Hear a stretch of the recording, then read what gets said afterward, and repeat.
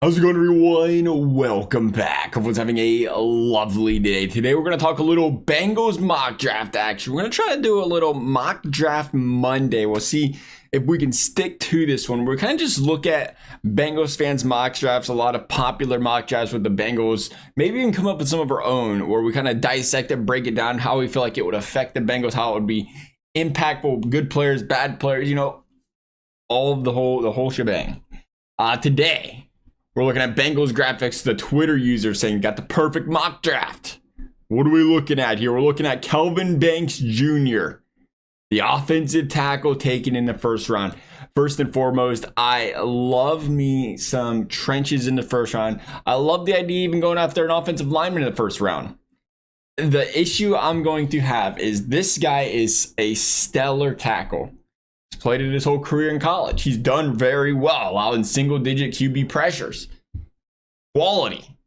The problem is, I think a lot of people are saying this is a guy that could transition to the guard position due to his size and that nature. And I think that is where the Bengals fans are looking here. This is a position you're not drafting him to be a tackle. You got your tackles. You got Brown. You got Mims. You're drafting this guy to slide over to the guard position. And that might work out. It might. It might not. Historically, the Bengals do not have a very good track record when it comes to drafting these guys that play one position and then transitioning them to another. And frankly, it makes sense because I get it. They're athletes. They're talented players. Some guys can do it, but a lot of guys can't. They played an entire career. They played their whole career at one position. They're a pure player at that position. They've specialized at that position. For you to draft them this high, put that high of capital in them, and then expect him to transition, I don't like it. You're putting a fifth rounder on this guy, and then you say, all right, let's see if we can transition to where we need to be. Sure.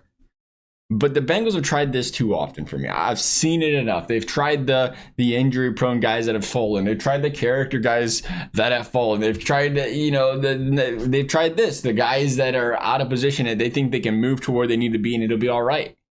I need, ever so desperately, I need a pure player at the position. I need a premier player at that particular position. I don't care what it is.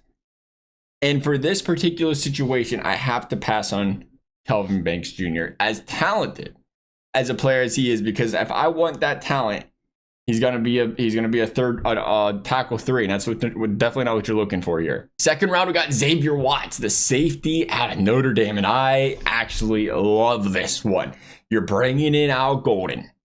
What more can you do than bring in an Al Golden guy in Xavier Watts? Knows he's versatile, he can cover well, and he just is a guy that will fit the system that Al Golden's going to play. He was one of the stellar players on a stellar Notre Dame defense, and I love it. It's going to be difficult right out the gate. Just knowing the Bengals personnel, the way they have lined up with Lou Anarumo over the years, it's going to be difficult to transition from that to what Al Golden wants. Completely different play styles. This guy wants to run some man. He wants to get some pressure on the quarterback. Gruden couldn't be more the opposite. And now you're going to have to get the personnel for that. It might take a year or two. Might take 3, depending how they do in free agency. But this is a good start. Third round, we got Omar Norman, a lot out of Tennessee, the defensive tackle. Another one I really like. He's fallen in the draft, likely because he's not been a 3-down defensive tackle. He's more of a pass rush specialist. A pass rush specialist who's got 5 sacks in the interior. He's got over an 18% win rate in true pass rush sets. You talk about a good number.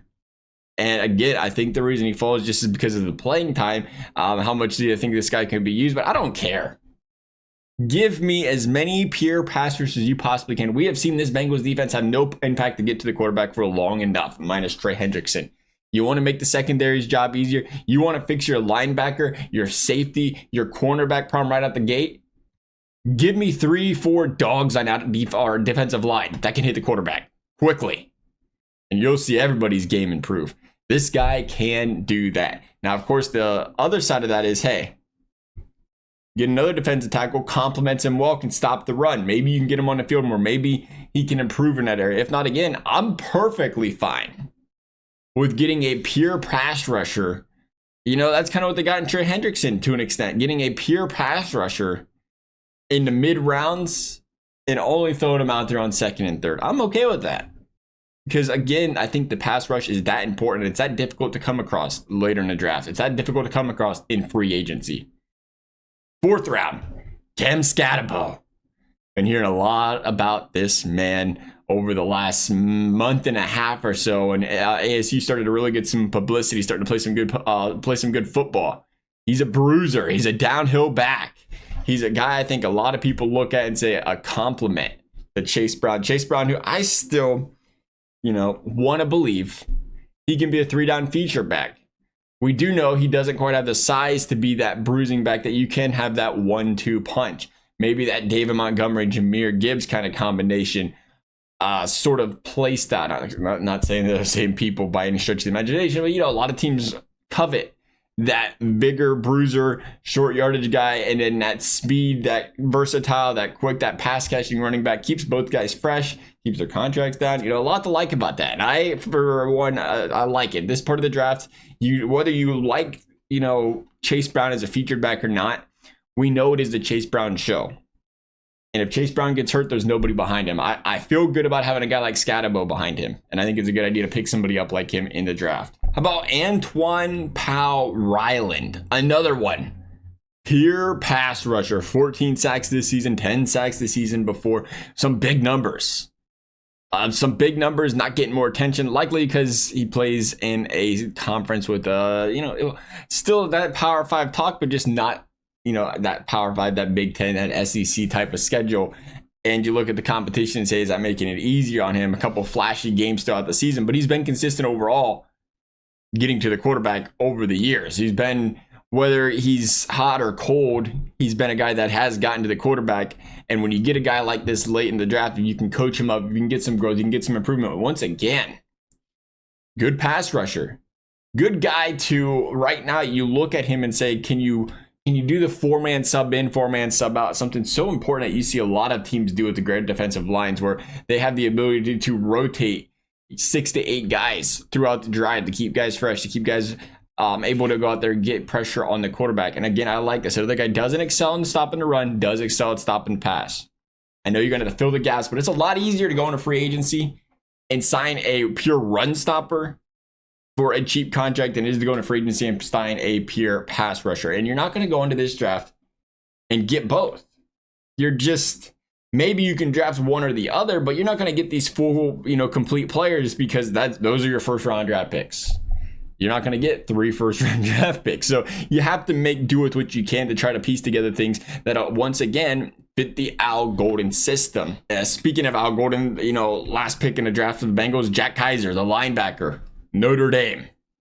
I can't say I have a lot to say about this guy. Obviously, late draft pick. The ceilings or the floor's kind of low. Floor's kind of in, really. Ceiling can be endless under a guy like Al Golden. What's he capable of doing? Most importantly, you look at the 7th round. If Al Golden wants this guy and they say we're going defense, he's going to get him. If Al Golden says, hey, you know what? I feel like he was all right for the team, but there was some room for improvement. I don't think I can work with that. They'll go somewhere else. And for that reason, I'm happy if the Bengals take him, because I trust in what Al Golden's trying to build. I trust in what he's trying to do with this team.